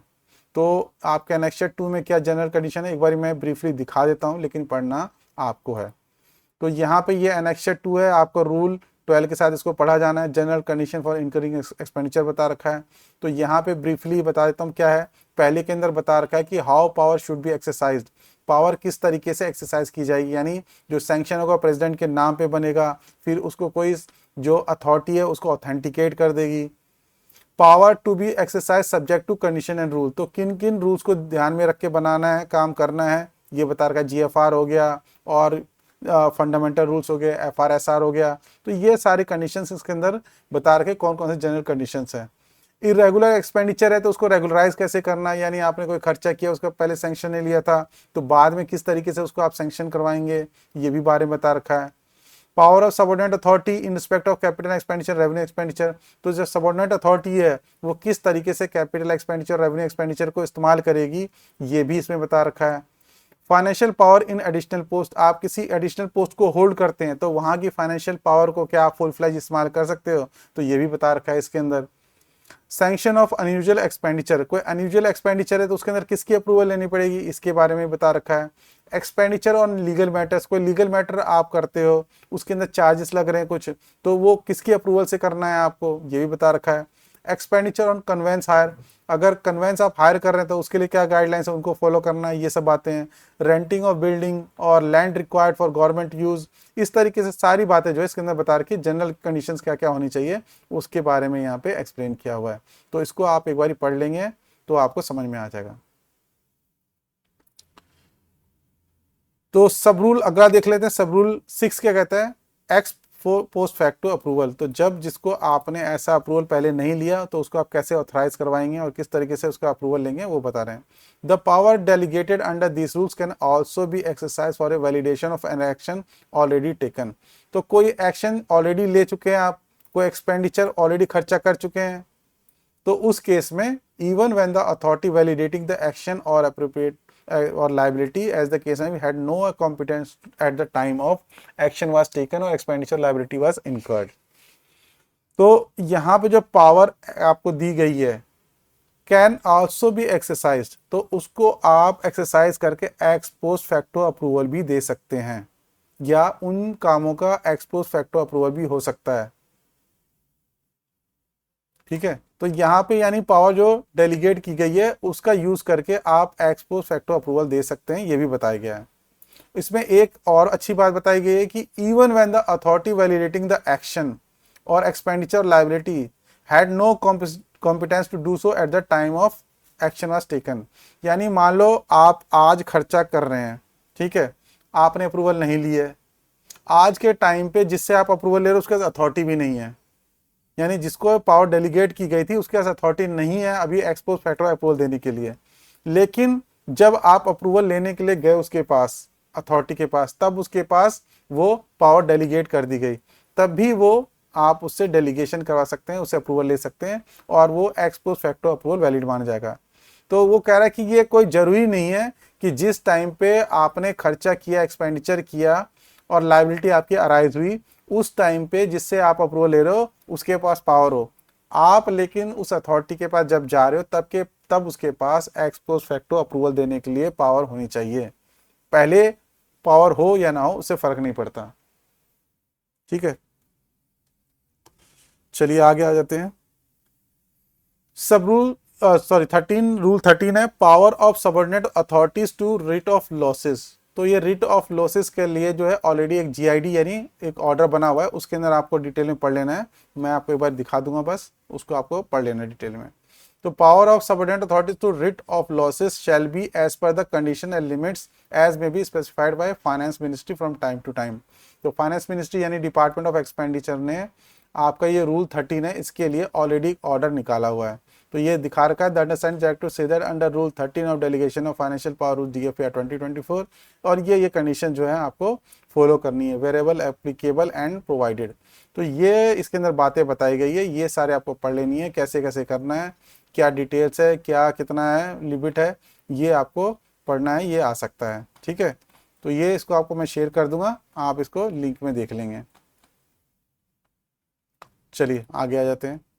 रूल 14 कहता है government property both movable and immovable shell not B insured. तो गवर्नमेंट प्रॉपर्टी चाहे वो मूवेबल हो या इमूवेबल हो, मूवेबल मतलब जैसे कि बाइक हो गया, कार होगी, कोई बड़ी चीज हो गई जो चल सकती है, इधर से दूसरी जगह जा सकती है, ट्रक हो गया। इमूवेबल मतलब प्रॉपर्टी, बिल्डिंग, लैंड, ये इस तरह की चीजें, उसके लिए जो है इंश्योरेंस की जरूरत नहीं है, ये बता रहे हैं। No subordinate authority shall undertake any liability or incur any expenditure in connection with the insurance of such property। तो गवर्नमेंट प्रॉपर्टी का इंश्योरेंस नहीं होना है, तो कह रहा है कि कोई भी सबऑर्डिनेट अथॉरिटी है वो इस तरीके का कोई काम नहीं लेगी, अपने हाथ में नहीं लेगी या नहीं करेगी जिसमें प्रॉपर्टी का इंश्योरेंस होना हो, without previous consent of finance ministry. तो फाइनेंस मिनिस्ट्री के प्रीवियस कंसेंट के बिना ये काम नहीं होगा, except in cases where relaxation is provided by that ministry from time to time. सिर्फ उन केसेस को छोड़ दो जहां पे ऑलरेडी फाइनेंस मिनिस्ट्री ने बोल रखा है कि इन केसेस में तो इंश्योरेंस करना है, तो वो उन केसेस को छोड़कर बाकी किसी भी केस के अंदर इंश्योरेंस की जरूरत नहीं है। और कोई भी सबऑर्डिनेट अथॉरिटी जो है इंश्योरेंस करने के लिए उस प्रॉपर्टी का पहले जो है मिनिस्ट्री ऑफ फाइनेंस की प्रीवियस कंसेंट लेगा। ठीक है, ये आपका रूल 14 कहता है इंश्योरेंस ऑफ गवर्नमेंट प्रॉपर्टी। चलिए 15 देख लेते हैं। 15 क्या कहता है, waiver of recovery of overpayment made to government servant. अगर गवर्नमेंट सर्वेंट को ओवर पेमेंट हो गई है तो उसका वेवर रिकवरी के लिए कौन कर सकता है, कैसे कैसे कर सकता है, उसके बारे में यहाँ बताया गया है। A department administrator or any subordinate authority to whom power may be delegated. तो किसी को डिपार्टमेंट हो चाहे एडमिनिस्ट्रेटर हो या सबऑर्डिनेट अथॉरिटी हो जिसको पावर डेलीगेट की गई है, कोई स्पेशल या ऑर्डिनरी जनरल ऑर्डर से या स्पेशल ऑर्डर से प्रेसिडेंट के, अगर यानी कहने मतलब कि इसके लिए ऑर्डर निकलेगा, तो जिसके लिए ऑर्डर निकला तो order already department of expenditure ने निकाला हुआ है, वो आपका ये रूल 15 है। तो रूल 15 में देखेंगे तो आप यहाँ पे बताया हुआ है कि किस तरीके से कौन कौन कर सकता है। तो ये भी जो है आपको पढ़ना, ये GID या गवर्नमेंट ऑर्डर, इसको भी मैं शेयर कर दूंगा कैसे कैसे है, क्या क्या पावर है, कौन कौन कर सकता है, ये सारा इसमें बताया गया है। तो प्रेसिडेंट अगर स्पेशल प्रेसिडेंट ये जो ऑर्डर निकलता है ये प्रेसिडेंट के ऑर्डर ही माना जाता है। तो यानी कहने मतलब ये स्पेशल ऑर्डर है, अगर निकाला है तो इसके अकॉर्डिंग वेव कर सकते हैं the recovery of an amount found to have been overpaid mistakenly. तो अगर गलती से अगर किसी को पेमेंट ओवर पेड हो गया है, किसी को पावर कहते हैं ज़्यादा पैसे मिल गए हैं मिस्टेकनली, तो उसका जो है उसको वेव किया जा सकता है subject to the following condition. लेकिन इन कंडीशंस को ध्यान में रखना है। The amount disallowed has been drawn by the government servant concerned under a reasonable belief that he is entitled to। जो पैसा उसने जिसके लिए वो डिसअलाउड है, जिसको अलाउ नहीं किया गया, यानी जो पैसा उसने गलती से लिया है वो उस रीजनेबल बिलीफ में उसने लिया हो कि वो एंटाइटल्ड नहीं था उसके लिए। ठीक है, सॉरी वो एंटाइटल्ड था, यानी पैसा जब उसने ओवरपेड हुआ वो, तो उसे ऐसा होना चाहिए कि उसे पता होना चाहिए, मुझे लगना चाहिए उसे कि भाई वो पैसा उसके लिए एंटाइटलमेंट था उसका और तब वो उसने लिया। ऐसा नहीं कि जब वो पैसा गवर्नमेंट सर्वेंट ले रहा है उसे पता था कि ये पैसा उसे एक्सेस में ले रहा है और वो उसके लिए ऑथराइज नहीं है, अगर उस टाइम पे उसे पता था और तब उसने पैसा लिया है तब वो वेव नहीं हो पाएगा। If in opinion of aforesaid authority, तो अगर जो ऊपर अथॉरिटी है उसके ओपिनियन में recovery will cause undue hardship, तो जो रिकवरी होगी उससे गवर्नमेंट सर्वेंट को यानी फाइनेंशियल क्राइसिस झेलना पड़ सकता है या उसको यानी पे कर नहीं पाएगा वो, तो इस तरीके का अगर लग रहा है तभी वेव होगा वो। रिकवरी इज इम्पॉसिबल, दूसरा अगर ऐसा मान लो जिससे रिकवरी करना चाहते थे उसकी डेथ ही हो गई, तो आप रिकवरी कैसे करेंगे, और ना उस कंडीशन में क्या है अनड्यू हार्डशिप भी हो सकता है। तो इस तरह के सिचुएशन में जो अथॉरिटी वेव करने की अथॉरिटी है वो अगर चाहे तो इन कंडीशंस को ध्यान में रखकर वेव कर सकती है। A department of government India में waive recovery of overpayment up to 2 lakh in case of each individual with concurrence of financial adviser. तो एक डिपार्टमेंट 2 लाख तक का जो रिकवरी है उसको माफ कर सकती है, लेकिन उस केस में फाइनेंशियल एडवाइजर की कंकरेंस भी चाहिए होगी। Proposal for waiver of recovery of amount greater than 2 lakhs in each case shall be referred to Finance Ministry for concurrence। तो 2 लाख से ऊपर का अगर आप वेव ऑफ करवाना चाहते हैं तो उस केस में आपको फाइनेंस मिनिस्ट्री यानी डिपार्टमेंट ऑफ एक्सपेंडिचर का कंकरेंस भी लेना पड़ेगा। For the cases of waiver of recovery, the Department of Government of India will examine whether overpayment has been made on account of fraud, misinterpretation, collusion, favoritism, negligence, carelessness on the part of those responsible for overpayment and employees who benefit from the such action। तो जिसने पैसा दिया और जिसने पैसा लिया उन दोनों का चेक करना पड़ेगा कि जो भी वेवर के लिए रिकवरी का आपका वेवर ऑफ रिकवरी के लिए केस आता है उसके अंदर डिपार्टमेंट को ये एग्जामिन करना पड़ेगा कि जिसने पैसा लिया और जिसने पैसा दिया कहीं उन्होंने फ्रॉड के तहत तो ऐसा नहीं किया, मिस रिप्रेजेंट करके तो नहीं किया, यानी गलत बात को प्रोजेक्ट करके किया हो, दोनों ने मिली भगत हो ऐसा करके किया हो, किसी को फेवरेट हो, किसी का कोई फेवरेट हो और उस केस में कर दिया हो, ये दोनों ने केयरलेसली काम करके ऐसा किया हो। तो ये सारी चीज़ें जो है वो देखनी पड़ेंगी उस डिपार्टमेंट को। All proposal for waiving of recovery will be accompanied by a report in regard to duly approved by disciplinary authority. तो प्रपोजल जो होगा रिकवरी के लिए, वेविंग ऑफ रिकवरी के लिए,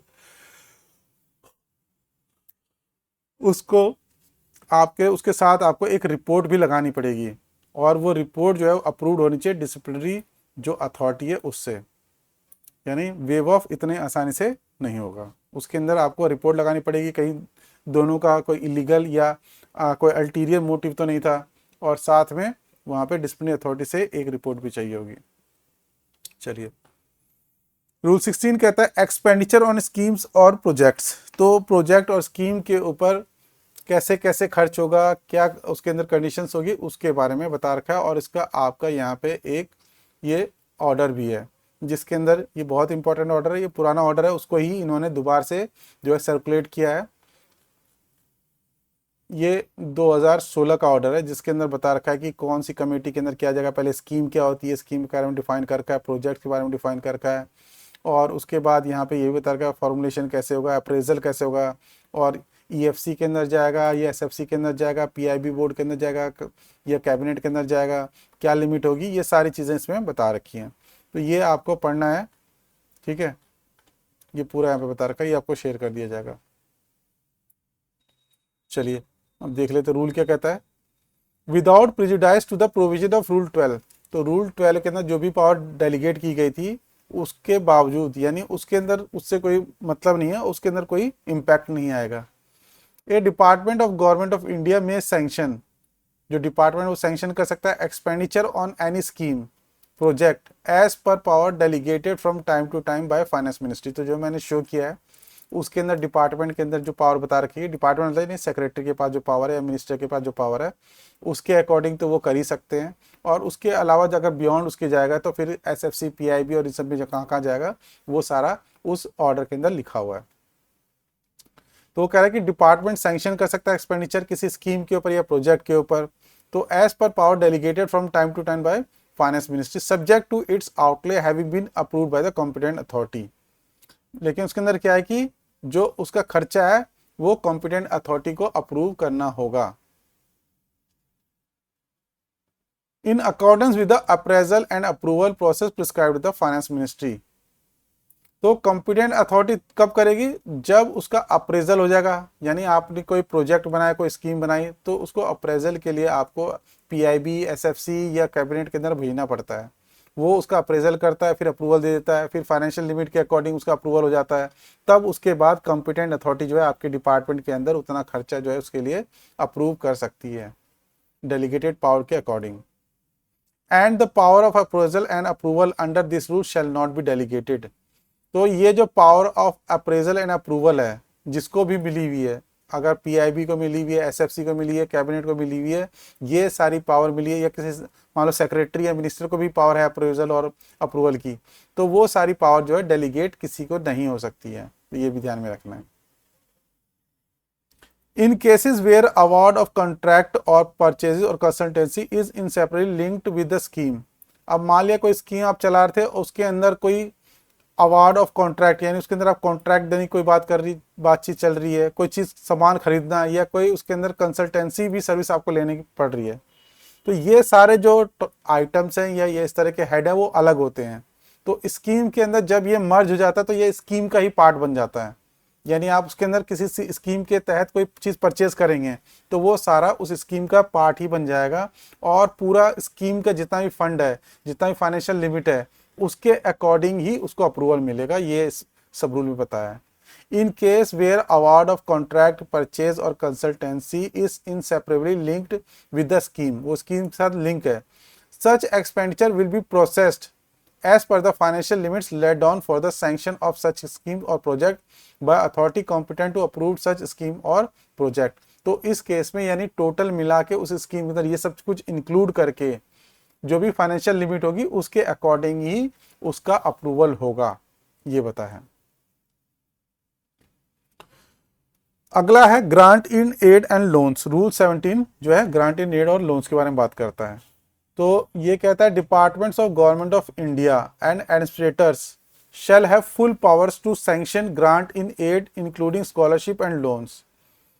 तो department of government of India का हो या एडमिनिस्ट्रेटर हो, दोनों के पास ही क्या है, फुल पावर्स है। क्या करने के लिए, ग्रांट इन एड देने के लिए, चाहे उसके अंदर स्कॉलरशिप हो या कोई लोन हो, लोन इन सब के लिए फुल पावर है।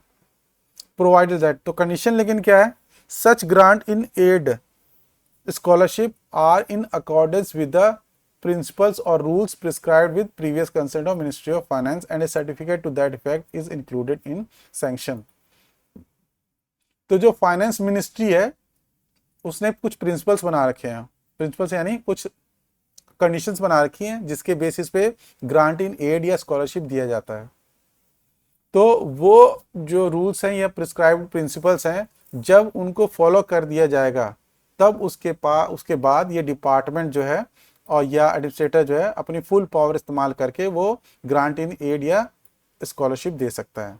तो कहने का मतलब ये है कि मिनिस्ट्री ऑफ फाइनेंस या फाइनेंस मिनिस्ट्री यानी डिपार्टमेंट ऑफ एक्सपेंडिचर ने अपने रूल्स बना दिए, कंडीशंस बता दी कि जिस जिस बेसिस पे ग्रांट इन एड देना है या स्कॉलरशिप देनी है। अब डिपार्टमेंट क्या करेगा, उन रूल्स को देखेगा। अब वो देखेगा उसके पास जो पर्सन आया है या जो ऑर्गेनाइजेशन आया है ग्रांट इन एड या स्कॉलरशिप के लिए, वो उस क्राइटेरिया को मीट कर रहा है नहीं कर रहा है। वो मीट कर रहा है वो चेक करेगा, अगर वो मीट कर रहा है तो उस केस में उसके पास पूरी पावर है कि उसको वो स्कॉलरशिप या ग्रांट इन एड दे सके। बस उसके अंदर क्या करना है, केस को प्रोसेस करते समय एक सर्टिफिकेट लगा देगा कि भाई ये जो ग्रांट इन एड है या स्कॉलरशिप है ये मिनिस्ट्री ऑफ फाइनेंस या फाइनेंस मिनिस्ट्री के जितने भी प्रिंसिपल्स है रूल्स है उनको फुलफिल करता है। यानी उस सैंक्शन के अंदर जो सैंक्शन निकलेगी सैंक्शन के अंदर भी उन कंडीशंस को मेंशन करना है। The rate of interest on a loan and the period of payment thereof are fixed with previous consent of ministry of finance unless the rate of interest such as the period are prescribed by the general special law department of government of India।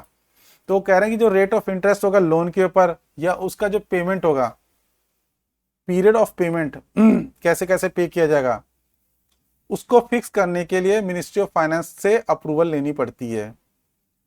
ठीक है, आपको approval लेके ही rate of interest loan के लिए fix करना पड़ेगा। यानी अगर कोई डिपार्टमेंट लोन दे रहा है तो लोन देने के लिए क्या रेट ऑफ इंटरेस्ट होना चाहिए, कैसे वो पेमेंट होगा, उन सब के लिए मिनिस्ट्री ऑफ फाइनेंस पे जाकर उससे अप्रूवल लेनी पड़ेगी।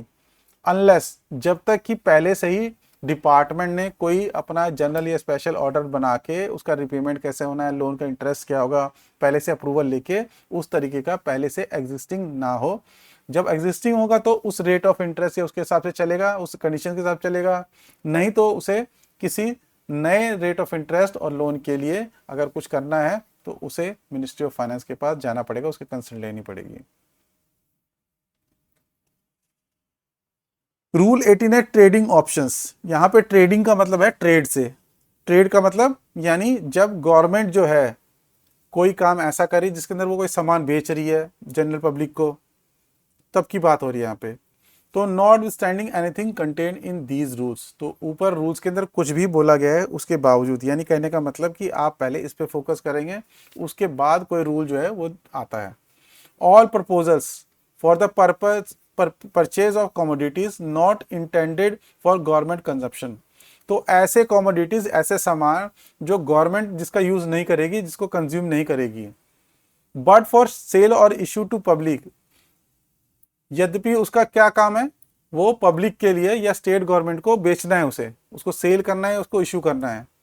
तो जब कोई सामान इसलिए खरीदा जा रहा है कि पब्लिक को, जनरल पब्लिक को बेचना हो या स्टेट गवर्नमेंट को बेचना हो या किसी और एजेंसी को बेचना हो, तो उस केस के अंदर for fixing of price in respect of direct trading operations of government, तो गवर्नमेंट या कोई दूसरा कोई ट्रेडिंग का काम कर रही है तो उस केस में अगर प्राइस फिक्स करना है तब from government companies and undertakings which may be referred to government for fixation of prices of their product or stocks, या दूसरा मान लें कि गवर्नमेंट की कंपनी है, कोई ऐसा सामान बनाती है जिसको बेचा जाना है, और उस केस में प्राइस फिक्स करने के लिए जो है वो डिपार्टमेंट को रेफर किया गया है, गवर्नमेंट को रेफर किया गया है, तो उस केस में भी।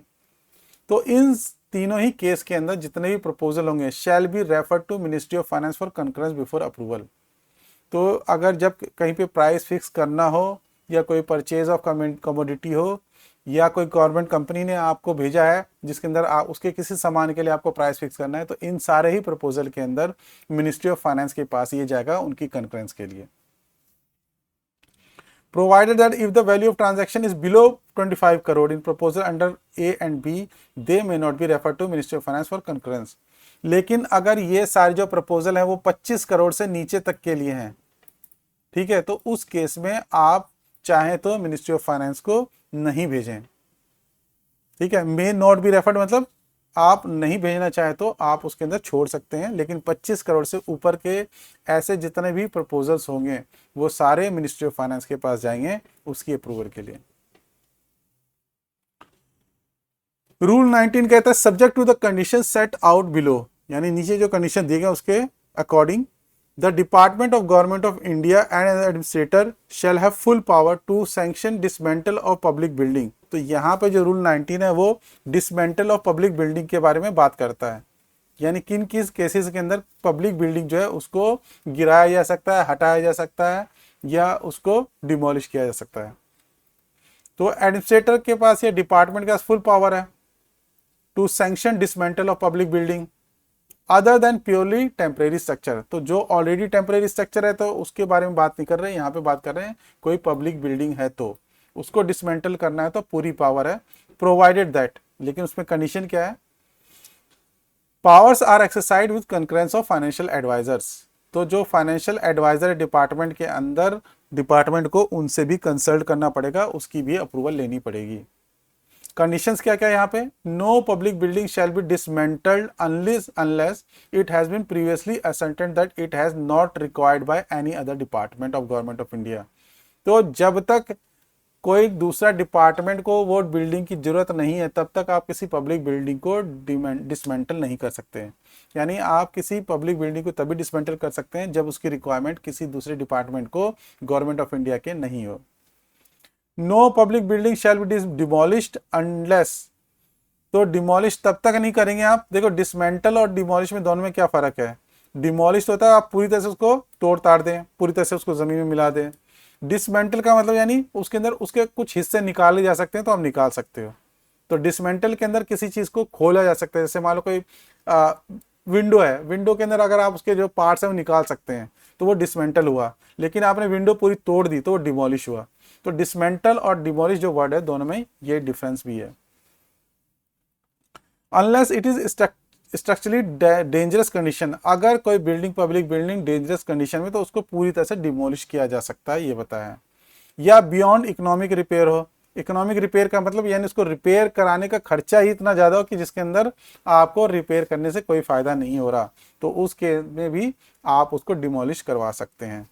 लेकिन उससे पहले क्या करना पड़ेगा, सर्टिफाई करवाना पड़ेगा, certified as such by appropriate technical authority. Technical authority से आपको उसको सर्टिफाई कराना पड़ेगा कि ये डेंजरस कंडीशन में भी है और ये बियॉन्ड इकोनॉमिक रिपेयर भी है। और it is necessary to vacate site for constructing a more important government building, और अगर आपको कोई दूसरी गवर्नमेंट बिल्डिंग बनानी है तो उस केस में भी उसको डिमोलिश किया जा सकता है बिल्डिंग को। A public building, the dismantle of which is sanctioned in exercise of power conferred by this, shall be disposed of by public auction through CPWD और local PWD।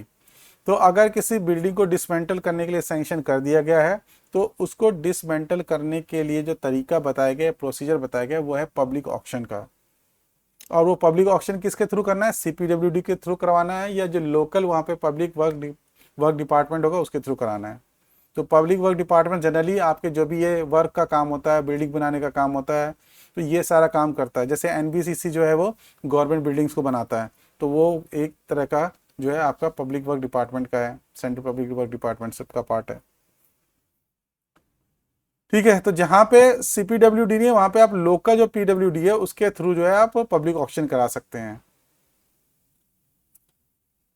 फोर्थ पॉइंट है the department और ministries of government of India and administrator shall have full power to sanction dismantle of purely temporary structure. तो ऊपर जो हम बात कर रहे थे वो तो परमानेंट स्ट्रक्चर की बात हो रही थी, तो और जो प्योरली टेम्परेरी स्ट्रक्चर है, टेम्परेरी स्ट्रक्चर का मतलब जिसकी लाइफ 2 साल से ज़्यादा नहीं है, ये नीचे एक्सप्लेनेशन में दे रखा है, ठीक है। तो जिसकी लाइफ 2 साल से ज़्यादा नहीं है, ऐसे प्योरली टेम्परेरी स्ट्रक्चर को डिमोलिश करने के लिए, उसको डिसमेंटल करने के लिए जो पूरी पावर है वो मिनिस्ट्री, डिपार्टमेंट या एडमिनिस्ट्रेटर के पास पूरी पावर है। तो ये आपका रूल था 19 dismantle of public building. Rule 20 आपका communication of sanction to audit. तो दो तरह से यहाँ पे कम्युनिकेशन की बात की गई है। अगर आपको वो कह रहे हैं कि मिनिस्ट्री ऑफ फाइनेंस से कंसेंट लेना था, जहां पे भी whenever the consent और सैंक्शन ऑफ फाइनेंस मिनिस्ट्री यानी डिपार्टमेंट ऑफ एक्सपेंडिचर का कंसेंट या सैंक्शन आपने लिया जाना जरूरी है या लिया आपने लिया, is required under these rules. जिन रूल्स के तहत भी इस तरीके का कंसेंट या जरूरत थी, तो उस केस में आप क्या करेंगे, वो जो कंसेंट है या सैंक्शन है उसको आप ऑडिट को भी बताएंगे अपने सैंक्शन ऑर्डर के अंदर। ऑडिट को या पे एंड अकाउंट्स ऑफिस को, ऑफिसर को आप जो है उसको लिखते समय जब आप सैंक्शन बनाएंगे तो उसके अंदर ये लाइन ऐड करेंगे, ये बताया गया। This order memorandum issues with concurrence of ministry of finance, department of expenditure vide OM और यूओ नंबर यानी ID number so and so और डेटेड सो एंड सो। तो ये लाइन आपको सैंक्शन में यूज करना है after adding a clause to the sanction.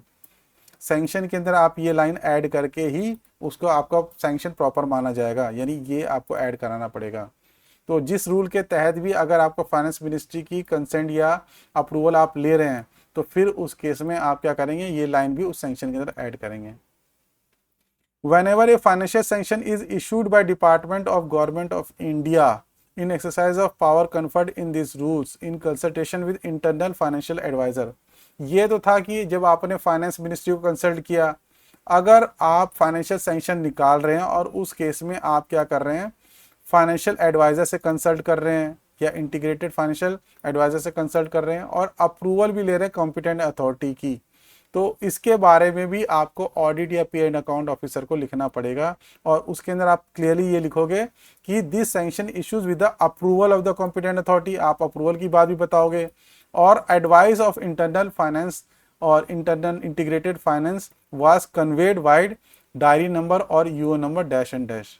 तो ये भी आपको लिखना पड़ेगा। यानी अगर आप कॉम्पिटेंट अथॉरिटी का अप्रूवल भी ले रहे हो और साथ में फाइनेंशियल एडवाइजर की वहाँ पे राय भी ले रहे हो, कंसल्ट भी कर रहे हो, तो दोनों बातों को भी लिखना पड़ेगा, ऑडिट को या पे एंड अकाउंट ऑफिसर को।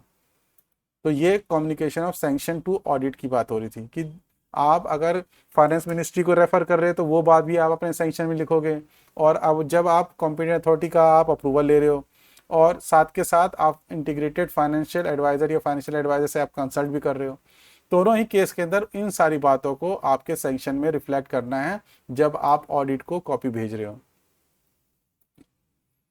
और ये लास्ट रूल है इसका, रिपील एंड सेविंग। तो रिपील एंड सेविंग का मतलब ये होता है कि जब कोई नया रूल आता है, 2024 के अंदर ये रूल आया डीएफपीआर, और उससे पहले 1978 वाला था, तो नया रूल जो होता है वो क्या करता है, पुराने रूल को रिपील कर देता है।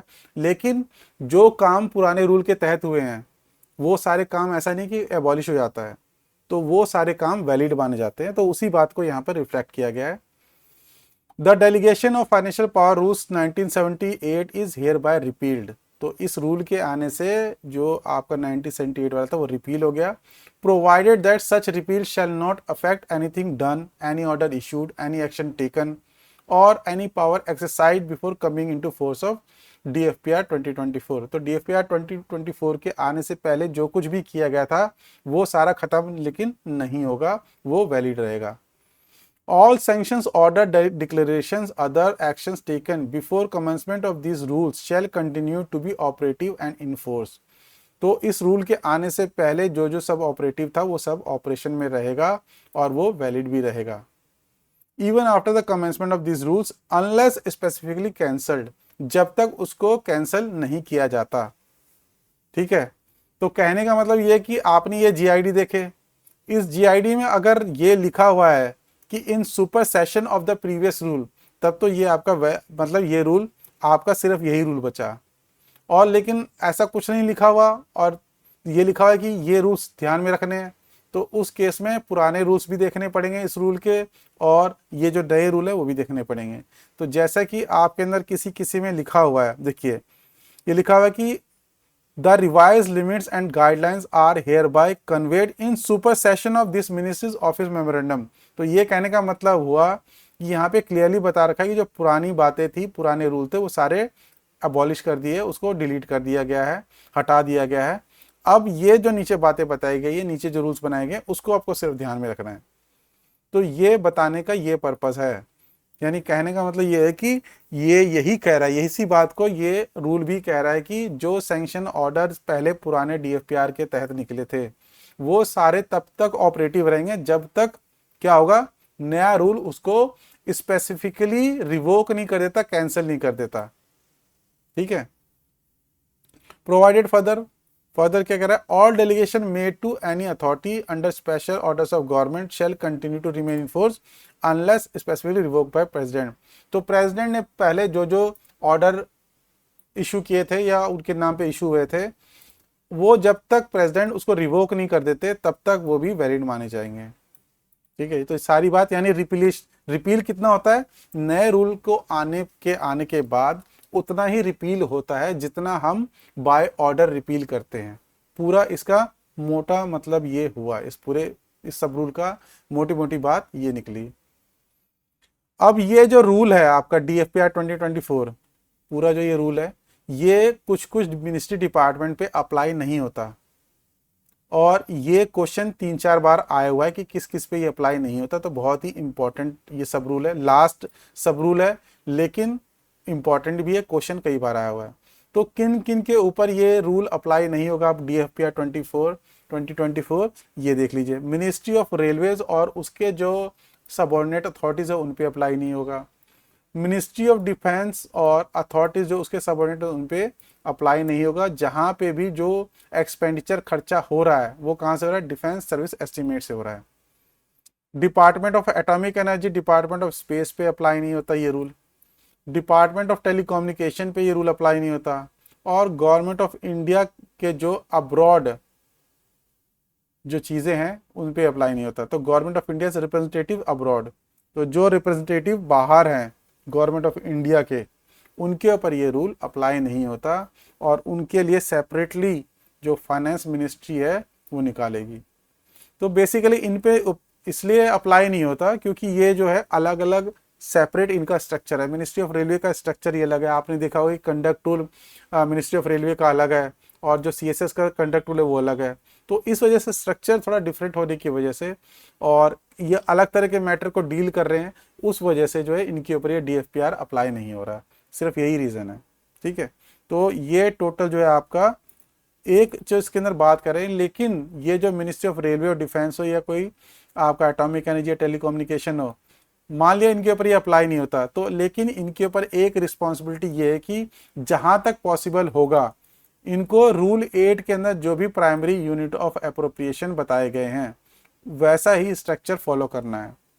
Are required to align their primary unit of appropriation as far as possible on the lines provided in rule 8।